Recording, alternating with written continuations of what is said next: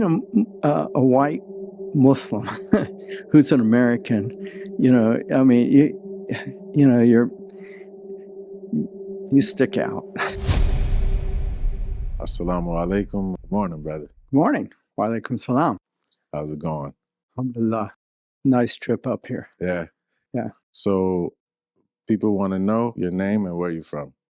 My name is Yusuf Abdulbari Harper, and I live currently in Norwich, New York, which is about an hour south of here.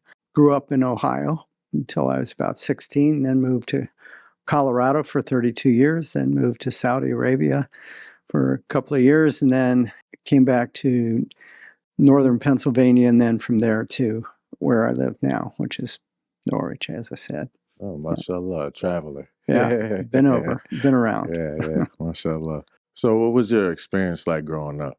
Well, alhamdulillah, I think it was pretty normal kid experience. I grew up in a suburb outside of Cincinnati in Ohio. And to be honest with you, there's a lot of my growing up that I don't remember. But, I think it was pretty normal, not traumatic. I grew up in a family with 4 sisters and I was the oldest brother. And that had colored some things. Being the oldest kid and the oldest brother and having 4 sisters, I was treated sort of exceptional. My sisters will tell you that too. We're not very well off, and my parents both worked and had their financial struggles and so forth. But alhamdulillah. Okay, so did you always believe in God? My mother was a religious person, so when we were kids, we ended up going to church, Christian church, and that was pretty consistent until I'm going to say I was maybe 14 or 15, and that just didn't hang together for me anymore. It just didn't make any sense. And so in my childhood, I would say my concept of God was pretty vague. Church was more social and more what the family did. My dad's church was the golf course, and so somewhere in my youth, I sort of became his caddy, and so for a while, my church was the golf course as well. I pretty much abandoned church and any religious functions somewhere in my mid-teens, but also in my later teens, my high school, early college. I really was quite interested in what was going on about truth and what was going on with around philosophy. And as part of that, it always was bumping up into religious ideas. Started searching around and joined this group and joined that group. Some of them were a little bit far out, and some of them were pretty standard. But my first encounter with Islam actually was sort of a strange one. Maybe not so strange, but I was in a record store back in the days when they had actual records, those vinyl things that came in covers. And I was looking through a section of the records that I just didn't normally look at. It was jazz. I was not particularly attached to jazz. I just found myself in the jazz section and looking through, and I ran into an album that just caught my eye, and I just didn't know what was going on, and I just looked at it, and it was by a strange artist. Well, I don't know. He may have not been strange, but his name was strange, and I was so intrigued by this name that I bought the album just based on this name, and I took it home and played the album, and sure enough, it was far out jazz, and I had no connection with this music, but the name just kept at me, and the name was Yusuf Latif. So I was at that stage in my life where I was searching, and my mother's name for me was Barry, and but for at least a year, I had everybody call me Yusuf, based on that, just based on that album. You know, I had no idea that this name had anything to do with Islam. In fact, I had never heard of Islam. If somebody had walked up to me, and even though I had been going to libraries and bookstores and everything else, the word Islam was just, I wouldn't have known what they were talking about. And there was certainly nothing on the album that would indicate anything about Islam. So that was my first connection through a name. There's been several connections through this naming sort of thing through my life, but my real connection with the whole concept of God and was through my search for what's going on with truth. What's that about? You know, through philosophy and then through other bumping up against through religious groups. Some of those I tried to get into, couldn't make it in, not because there were some barriers, just that I couldn't connect. I once went to a professor's house and he had a book and it had all this interesting calligraphy on it. And I took the book down and started reading it. It was a book about Sufism. You know, the calligraphy was one of the famous calligraphies that people see. It's in the form of a boat, but it's the Bismillah that's done in the form of a boat. And he explained a little bit. He didn't know much, but he explained a little bit about what's going on with the calligraphy. So there were just these little episodes like this for a long period of time that was sort of pushing me, so to speak. I remember you saying it didn't make sense to you. Like, can you explain? Like when you were talking about the Christianity? This concept of Jesus being God, and it never clicked with me that here we've got this man that walked on earth, okay, and so forth, and had a real life and had a family and, you know, was a human being, and somehow made this transition between this and being worshipped as a god. And they talked about this Trinity thing, but they didn't go into any detail because now I know they can't go into any detail. You know, they didn't go into. They just sort of put it out there, and everybody sort of nodded their head and, you know, and sang the songs and did the stuff, you know, and so, but there was not much for me to engage with as a teenager. That it just wasn't flying, and that's why I had to sort of branch out on my own and start looking. How did you first hear about Islam? Like I say, there's a whole series of things. I and my wife at the time were traveling through the desert, going for a hike. Okay, and in the desert, I was in Colorado. So Alex Haley's on the radio talking about his book Roots and talking about his ancestors who are from West Africa, and he's putting out names and so forth. And one name that came up was the name Yesa. And again, here we go with the name business again. We were so attracted by this name Yesa that we looked at each other and we said, you know, if we ever have a daughter, we're going to name her Yesa. Okay. I had not read the book. I had not seen, there was a subsequent TV series that came out and so forth. It was only later that I found out that his ancestors were Muslims, that the names, these were African versions of Muslim names. So Yesa is Aisha, okay, and they had one of his relatives was Amaru, which is Omer, you know, and so forth and so on.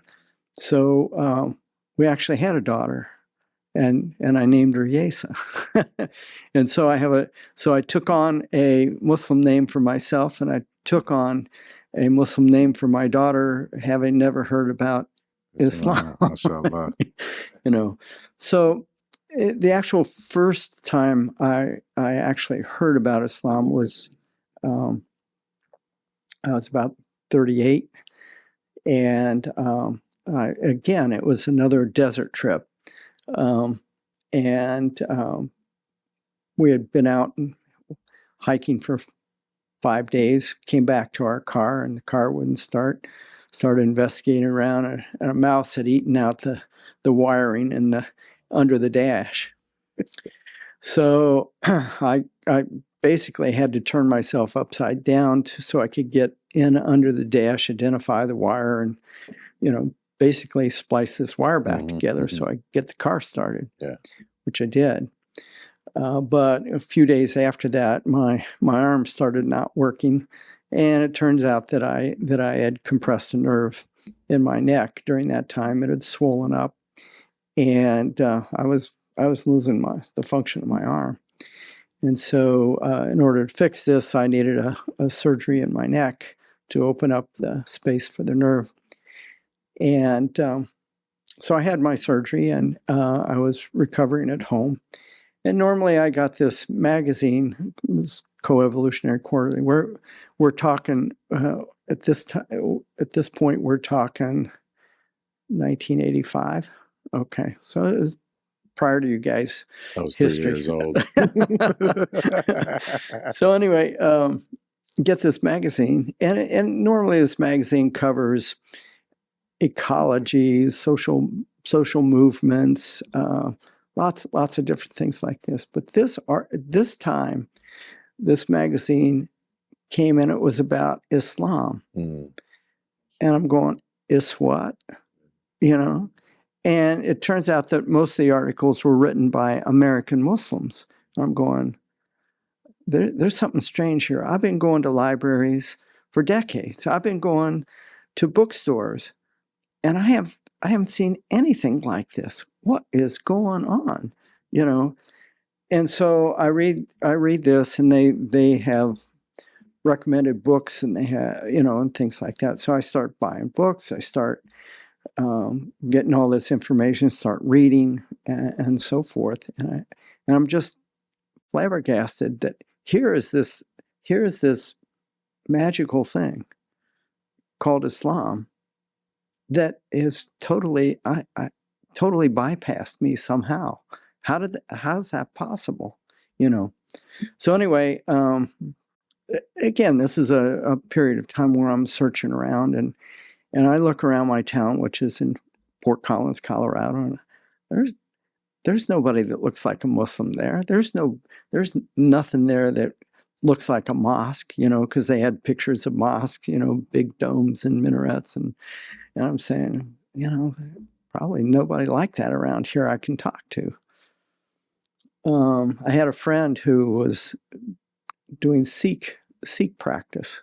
Okay, some sort of meditation and breathing exercises, and so decide to get together and do this in the morning.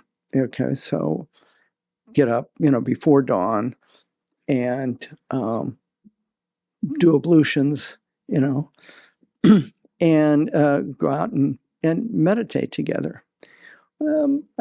Somewhere in that process, I don't know, 8-10 times into the process, he says, you really need a mantra. You need to focus on something. Well, as you know, I've been doing this reading, and I'm thinking, well, what's that about? And I'm just breathing, just trying to figure out what's a mantra. What does that mean? And just breathing, and all of a sudden, Allah came out of me during this breathing exercise. Allah. It just felt like it just naturally became part of my breath. And that was like one of those moments that you say, there's something really going on here. This is not This is not trivial. This is really meaningful. So, and in part of my reading, I found that there was a description of how Muslims pray. So I started practicing Muslim prayer. Okay, not knowing what I was doing, but just following following what the book said. And this is before even trying to find out what Islam is. Yeah, I didn't know. I mean, I whatever I could find in the book, because I didn't know any Muslims. I did, as far as I knew, there weren't any Muslims around. This was a college town, and so like I say, I was going to bookstores and everything else. There was nothing around. Okay, this is pretty shocking to me. So finally, the university had every year they had an international week. This university did, and so I'm looking through the upcoming schedule, and there's this guy that's going to give a session on Islam, and I'm going, oh my gosh, I got to go to this, and so I did, and it was an American. It was an American Muslim, and he gave his talk, and I'm just jam packed with questions. You can barely hold me in the seat. I want to ask him this and that and the other thing, and he gives his talk, and frankly, it was not a very good talk. It was just, and so he asked for questions at the end, and I'm raising my hand, and he does not do a very good job answering my questions, unfortunately. So I'm a little bit taken aback, and but after the end, there's all these people standing around, and some of them, are dressed kind of funny, and I say, oh, maybe these people are Muslims, because they're dressed funny, something like that. So I'm shy. I'm not running up and talking to these folks, but I'm standing there, and somebody sort of taps me on my shoulder, and I turn around, and there's this man there, and he greets me, and he greets me, hi, how are you doing, Dr. Harper? And I said, do we know each other? He says, well, you take care of my family. And sort of, I had never seen him. I had just seen his wife and his children at that point. So we start talking, and I finally get up the courage. Are you Muslim? Oh yeah, I'm Muslim. He's from India, and he's now one of my closest, longest brothers. We still have and I said, well, gee, I have a lot of questions, and I'd really like to talk to you about that. And he said, well, that's fine. We can do that. I just need to get home to my family. Why don't you meet me at the mosque? And I said, mosque? There's no mosque in town. I know this town very well. There's no mosque. Well, he said, it's a church. It's an old church over on this street and that street. And why don't we meet? He gave me a day and a time. So we meet. We meet in the library, and I'm asking my questions, and he sees that I'm full of 1,000 questions and over-enthused and all those things, and I just so appreciated his approach. He was not trying to sell me a used car here. He was really genuinely interested in me understanding, and he said, slow down, it's okay. There's no rush here. Just take it easy. We have lots of time to address these things, and so forth and so on. So at that point, somebody came in and tapped on the microphone of the mosque at that point. And I'm looking around, and I'm saying, well, what's going on? And he said, oh, it's time for Maghrib prayer. And I said, oh, okay. Can I watch? And he said, well, sure, that's fine. I need to go make my ablutions. Okay. And I said, well, can I come with you? And he said, well, sure, come on. Mashallah. So, he tells me about Nia and why we do this and what's the purpose behind this and preparing ourselves for Salah. You know, he's using the words, English words, not the Arabic. So we go in and being Maghreb, you know, I'm sitting in the back. I'm not joining the brothers for Salah. I'm sitting in the back, just observing. And so a brother stands up. The same one who made the adhan, you know, is making a comma. You know, it's just normal. And then he leads Salah, and that was the first time I heard Quran. Okay, I'm listening to this. I'm watching the brothers. I'm hearing Quran. And it was just as clear as a bell. I said to myself, well, this is who I am. You know, it was just clear as a bell, you know. And I did not take Shahada right then, but it was absolutely clear that that's who I was. I'm a Muslim. That's what it is, you know. So That answers the next question. yeah. When did you realize Islam was for you? Well, this was 1988. Okay, so 35 years ago. The way I describe this is that, you know, I had a good life.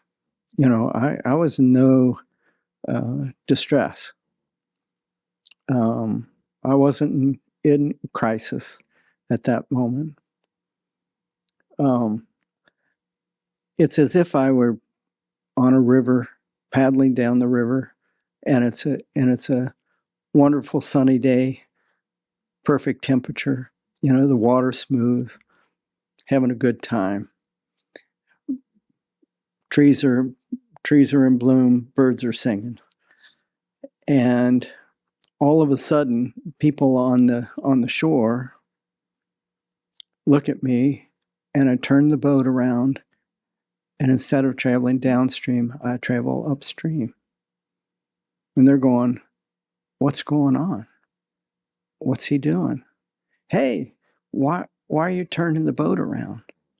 And I'm saying, I just realized that around the corner, on the next corner around the river, there's a big waterfall.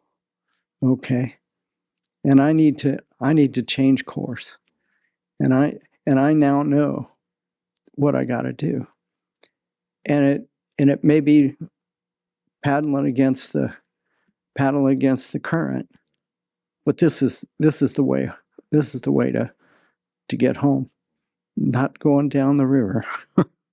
You know, and so that's sort of the way it felt, that my acceptance of Islam meant that there was a lot of changes ahead for me, and they weren't going to fit in to lots of things that I'd gotten used to in life.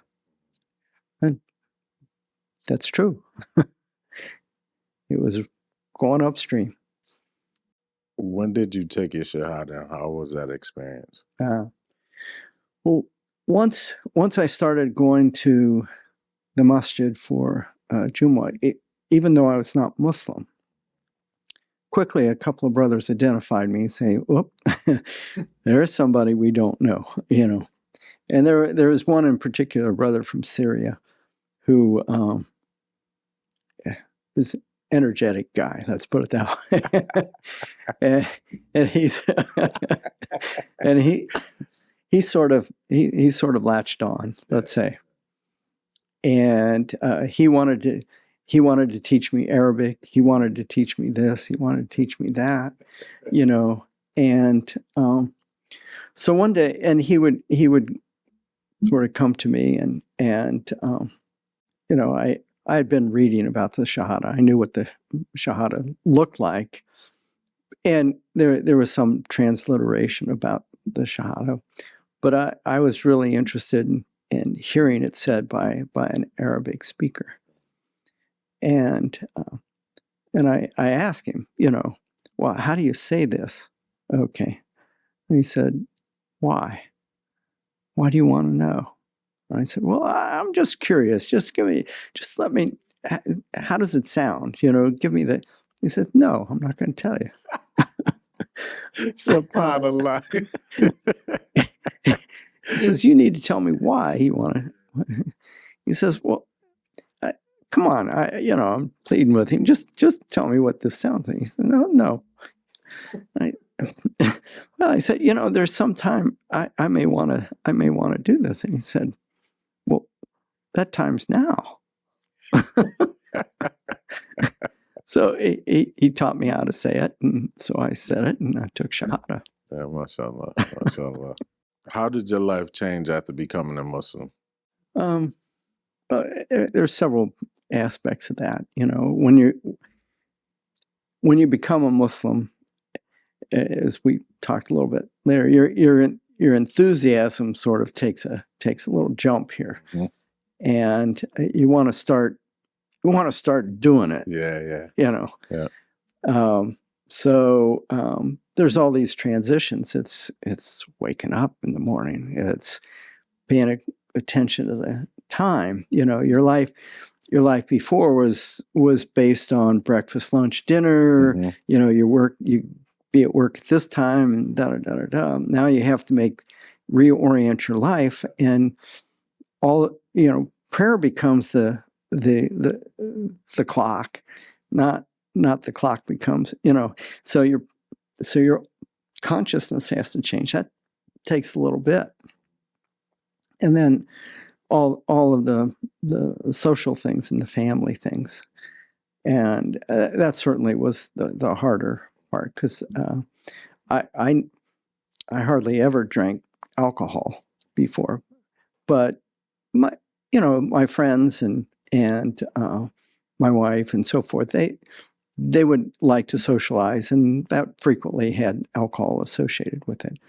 So I started saying, we're not going to go to this place because it's really a bar atmosphere, and so I don't feel comfortable. Can we go someplace else? Well, this started providing some tension, and I would want to socialize at the masjid, and my wife didn't want to do that. She wasn't in the same psychosocial, spiritual place that I was at. Okay.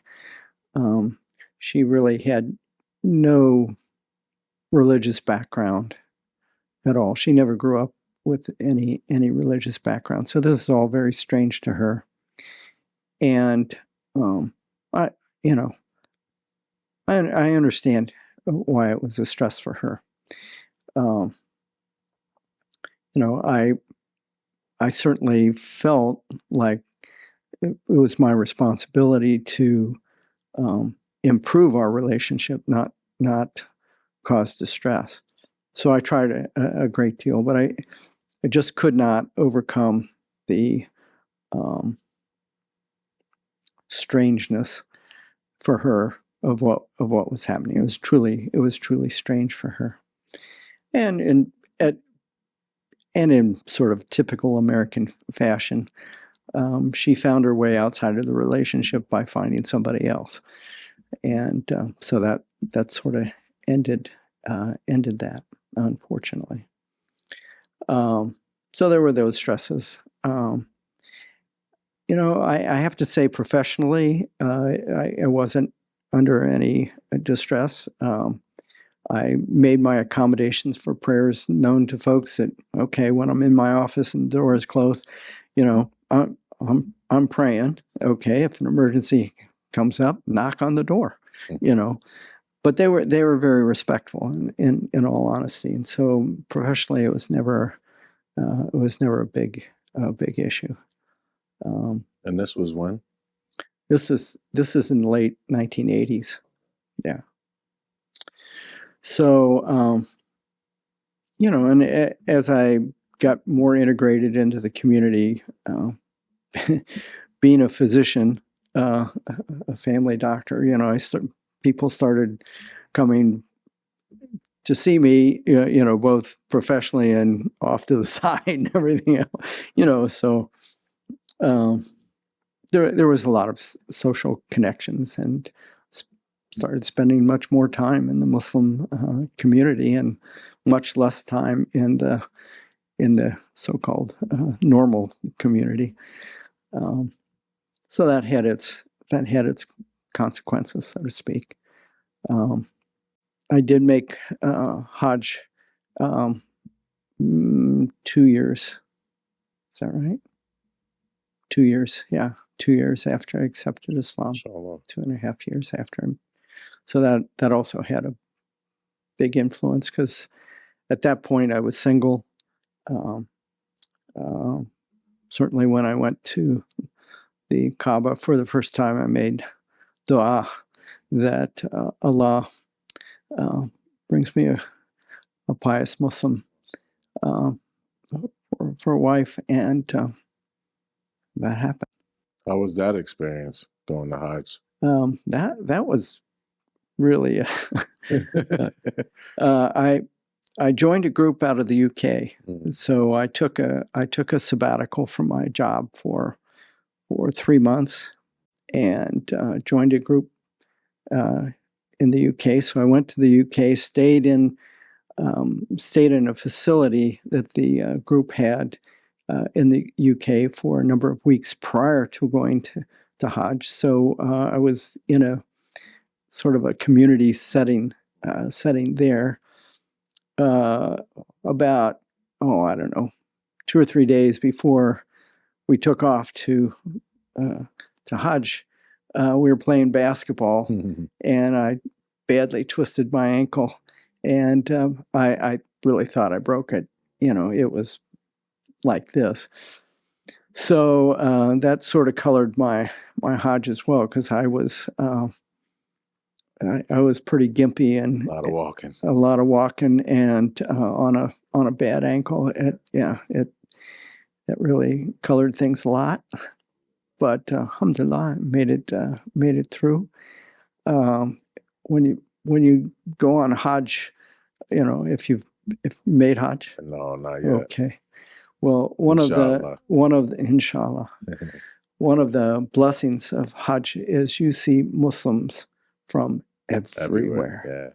Yeah. Okay. And you, whatever you think about yourself, whatever you think about humanity, that teaches you don't know, that you have to change your mindset and about humanity, and change your mindset about yourself. So there's just many blessings to Hajj, but one of them is seeing Muslims from everywhere, and sitting down and eating with Muslims. I met Muslims from Papua New Guinea. I met Muslims from Japan. I met, it's if you've ever read Malcolm X and his journey to Hajj, the transformation that made for him, well, it makes that transformation in lots of folks. Yeah. How was it being a Muslim at that time? And how did your family respond? Being a white Muslim who's an American, you stick out. There's just there's just, so most of the time, the vast majority of the time, the Muslims were overjoyed to see me. Sometimes I really felt way overdone. And look, I'm just a guy struggling along just like everybody else. Don't put me up on any, anything. I'm just like you, struggling to get along. but it was hard. Sometimes it was hard. And then the other times that was hard was I still look like a normal white guy, and when I'm out in society, but I wanted people to know I'm not just a normal white guy. I'm a Muslim, Yeah. So there was always this tension when I'm in my normal society, because I want them to understand that I'm a Muslim, and yet when I'm in my Muslim society, I want them to understand I'm just like them, So there's always that a bit of tension, and I eventually moved to Saudi Arabia, and we get into that later. But that tension didn't go away in Saudi Arabia. The people wanted to treat me different, and I couldn't talk them out of it, and that always created some tension within me. Yeah. How did you get to Saudi?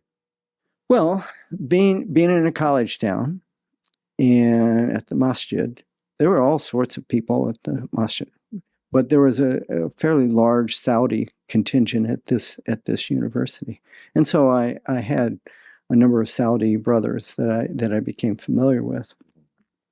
Being a physician, that gives you that's sort of like a passport in some ways, and so. Anyway, I asked one of the brothers, look, because I knew he was in the health ministry. That was the other key. So I said, look, I understand you're going back. Would you please search out any possible, work situations? The other thing I forgot to mention, he's from Medina. Okay. Oh, in the health ministry at Medina. So he does go back. And I heard nothing, but then after, I don't know, 4 months, something like this, I get the phone call and says, you need to contact so-and-so, about this potential situation. So I did. And it worked out that I was able to go to Saudi Arabia to help start a family practice residency program. I had already been helping start a residency program in my previous life in the United States, so I had a background in this, and so there was a Saudi physician that was trying to start a family practice program in Medina. It took me 1/2 of a millisecond to say yes. By this time I'm married to a Muslima, and so. That went pretty well. Alhamdulillah. It turned out to be much more difficult. And if you've talked to other people that have immigrated to Saudi Arabia, it's not an easy transition. They arranged for me to work for a company, a private company that hired doctors for this and that and the other thing. And they said, sure, we'll get you over there. Somewhere between 3 and 5 weeks, we'll have your family over there. We'll have an apartment for you. Da da da da. Well, as it turned out, 5 months went by. No family, no apartment. I'm living in this room in an empty building. I didn't get paid. I wasn't getting any salary at that point. I was getting pretty depressed. And fortunately, I had been in contact with the general manager of the entire Medina health system. And when he heard about this, he got very upset. And he immediately made contact, essentially took the contract away from the private company, took it to the health ministry, and within a relatively short time had family, had a place to live. Things got better immediately, but it was pretty rough there for the first period of time. What was the biggest challenge for you after becoming a Muslim? I, it certainly has to be the the family relationship with my wife of the time. There was a little bit of tension with my family of origin, and again, it was mainly around social events because they wanted to have alcohol involved and so forth and so on. And I told them, look, I definitely want to come. I definitely want to celebrate like my mother's birthday or something like this. If you're going to bring out the alcohol, then I'll sit over there. Okay. And I want to be there for her, but I'm not, and they said, but you don't have to drink. And I said, I understand that. You're not going to, force me to the ground and pour it in my mouth. I understand that. Yeah. It's just the whole atmosphere, is such that I shouldn't be involved in that. And that created, the alcohol business created a lot of tension. And, we finally worked it out, and mashallah, they changed their habits, I wasn't so adamant that I can't be in the same room, but on the other hand, we worked out a way that, alcohol's over there, and and the rest of the food and the family are over here, and we could work on it. But those things create some tension. How did your family and friends react to your conversion? Nobody objected or said anything negative about actual being a Muslim, and the major reason was is they had no clue what I was talking about. Yeah. We're talking now in the late 80s, early 90s, and most people had no clue what that meant. This is before, so you said Muslim to people, it might have been equivalent to Jehovah's Witness. They say, well, that's nice. Glad you found something. That sort of thing. So, what would you say your favorite thing about Islam is?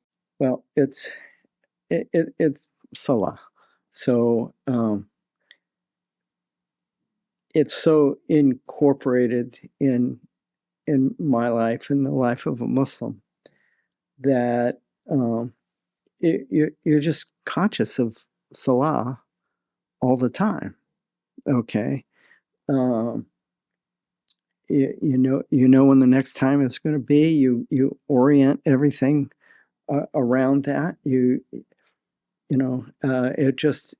just becomes,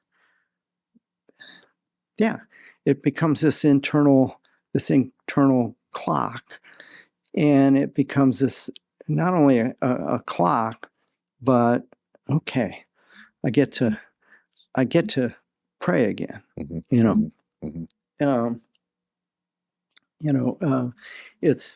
It's like there's whatever tensions, anxieties, you get caught up in this, caught up in that. There's going to be a break. There's going to become this time when I can separate from that. So that's really important and really positive.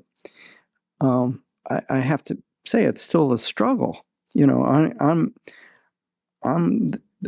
always been this way. I'm always, my mind works 24/7.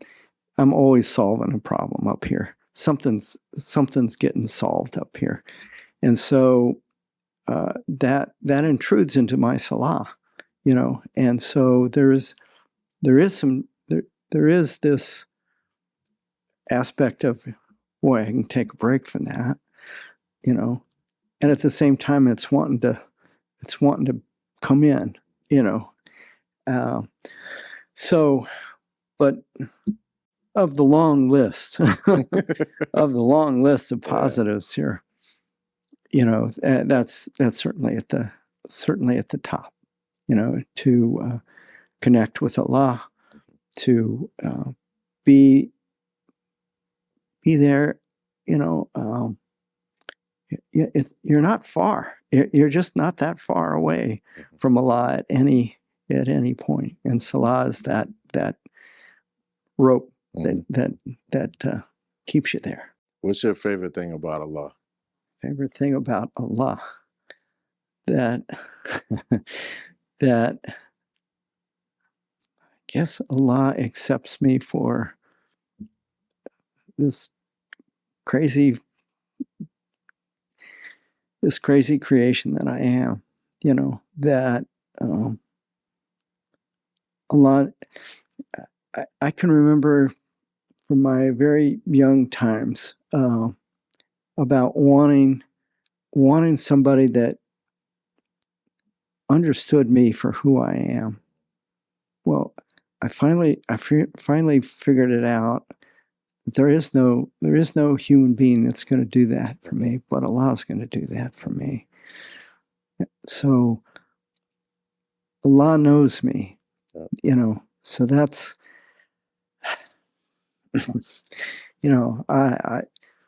yeah. So, that's I don't know whether that answers your question or not. What is one of your favorite hadith or surahs in the Quran? Well,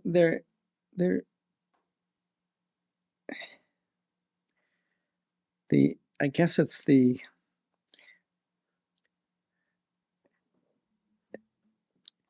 Al-Baqarah. Okay. In the first 24 ayat of Al-Baqarah, is that truth that I was seeking for such a long time. And then the Hadith Qudsi that starts, my servant, I'm paraphrasing because my Arabic and so forth is not very good, but my servant doesn't do anything better than to do what I've commanded him. And he when he exceeds that to this and that and the extent, his eyes become the eyes, and become the I don't know. Yeah, the eyes, what he hears, and so forth. In other words, when we draw close to Allah, Allah draws closer to us. Okay, such that if we move towards Allah just a little bit, He comes to us by feet. If we come walking to Him, He'll come running to us. That sort of promise that we're not abandoned to figure this out on our own. Allah has made it both clear, and Allah has made it merciful to an extreme that we just have to do a little. We just have to move in the right direction, and Allah's gonna come to us with unimaginable blessing. So yeah. So there's a lot going on in the world right now, and people's perception about Islam and Muslims, what they're being told. What would you say to those what Islam is about? Just look at the people in Gaza, in Palestine, what they've been facing for decades and decades and decades, and see what they say, okay, about their lives. And they'll start with Alhamdulillah, all praises to Allah.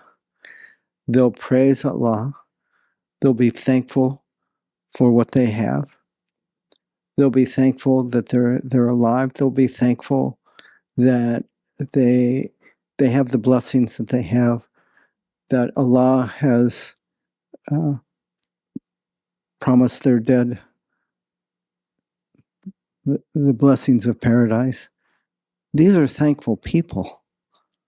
These are not people that are cursing Allah for putting them in this position. They're thankful people. They start with Alhamdulillah. So why would that be the case? Why would a human being put under those circumstances say Alhamdulillah? All praise is due Allah. What's going on here? Because they know that Allah, this life is a test. That this, no matter what circumstance you're in, even if you're the King of England, okay, you're under a test. And they say Alhamdulillah because Allah has given them all the things necessary for them to pass this test, to draw closer to Allah, to know the reality of this short life.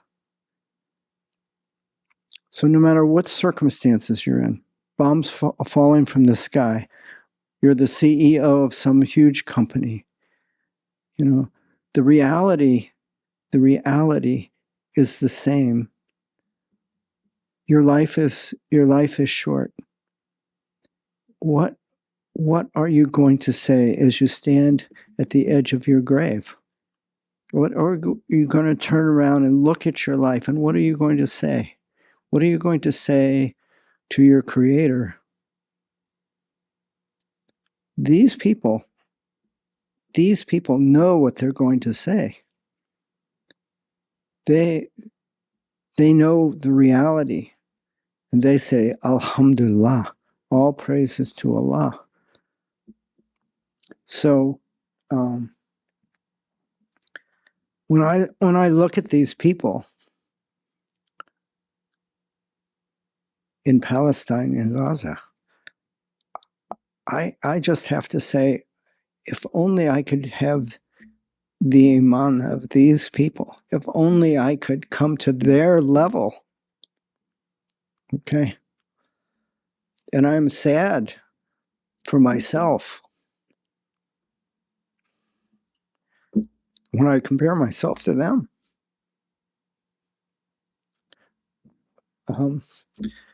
So Rasulullah Sallallahu Alaihi Wasallam always said, you know, when you're comparing yourself to somebody else, look to the people of Iman above you. These people are above me. So,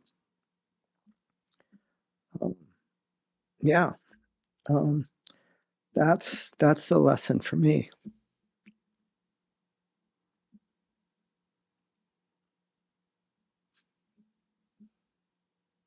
Why should people learn about Islam? Straightforward. It's in their best interest.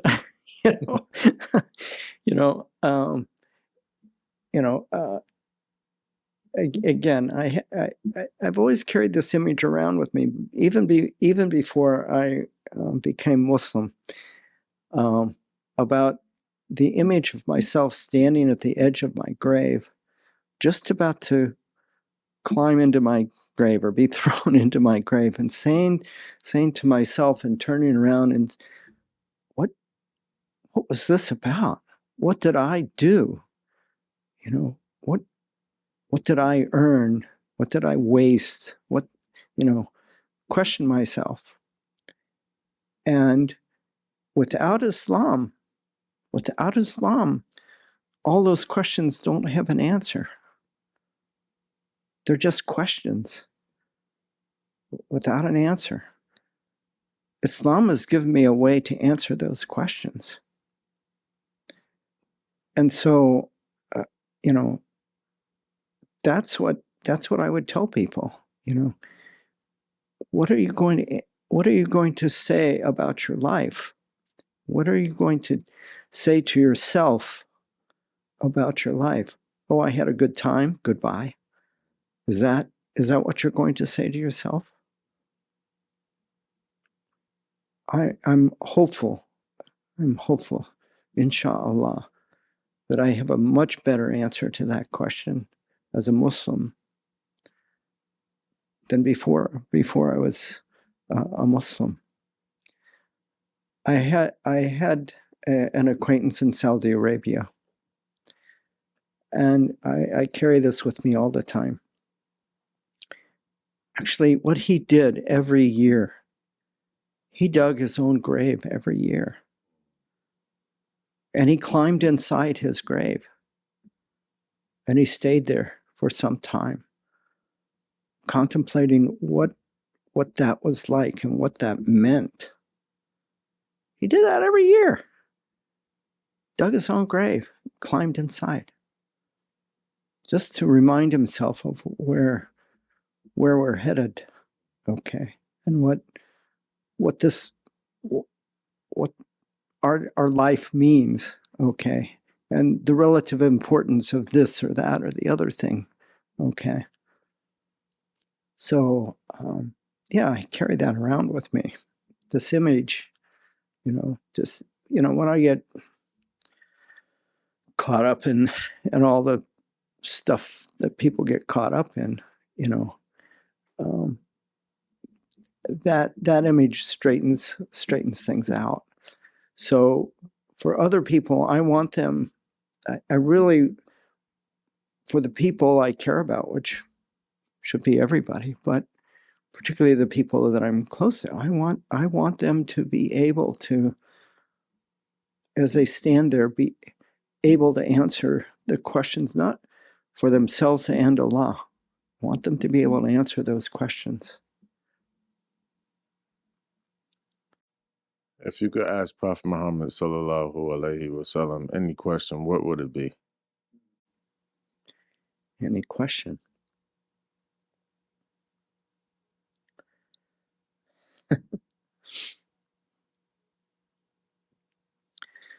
Um,